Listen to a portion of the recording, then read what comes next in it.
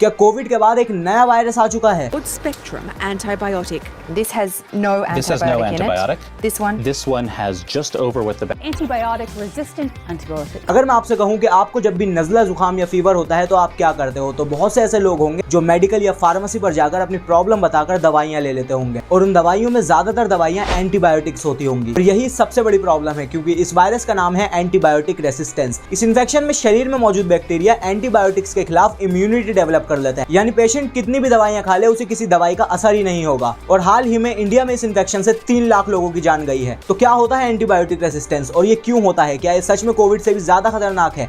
आइए जानते हैं आज की इस वीडियो में। Antibiotic resistant antibiotics. Antibiotic. Bacteria are circulating all over.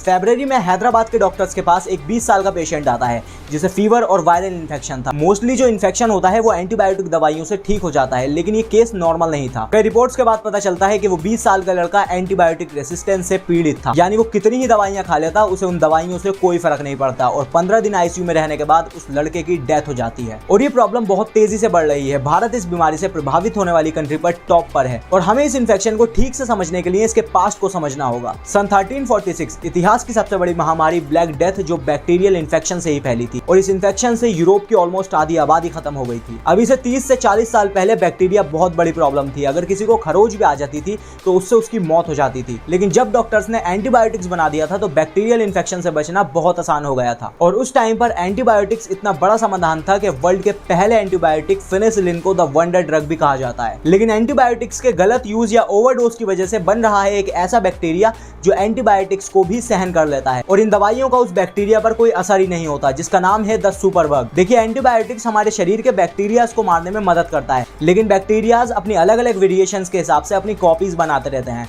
लेकिन कभी ऐसी कॉपीज भी डेवलप हो जाती हैं जो एंटीबायोटिक्स को भी झेल लेती हैं। लेकिन पेशेंट के शरीर में एक वेरिएशन ऐसा भी है जो दवाइयां खाने से भी खत्म नहीं होता और वह शरीर में लगातार अपनी कॉपीज बना रहा है।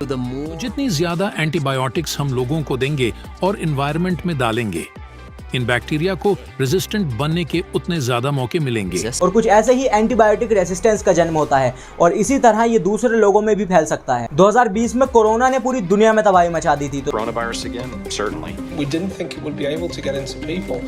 It didn't look like it was a clear and present danger. Unfortunate.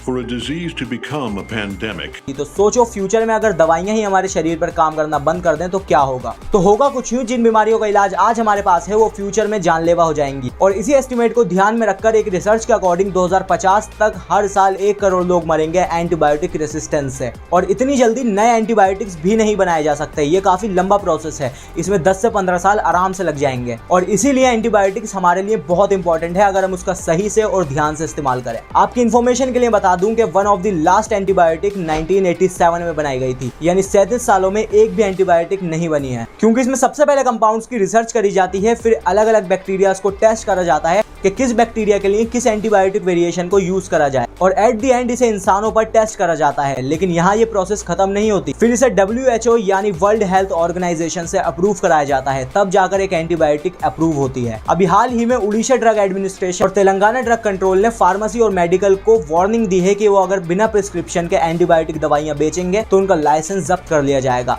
क्योंकि इंडिया में क्या है, अगर किसी को भी नज़ला जुकाम या फीवर होता है तो वो फार्मेसी पर जाकर एंटीबायोटिक ले आते हैं। सबसे बड़ी प्रॉब्लम है इंडिया के अंदर, जब भी आप किसी मेडिकल स्टोर में जाते हैं उनको बोलते हैं भैया खांसी हो गई है, तो वो 2 गोली एंटीबायोटिक दे देगा आपको, बोलेगा खाओ 2 दिन में आपको आराम हो जाएगा। आपको लगेगा भाई बहुत अच्छा, मेरे तो पैसे बच गए। नहीं भाई साहब, 1-2 साल के बाद 5 साल के बाद आपके बच्चों को वो एंटीबायोटिक काम नहीं करेंगे।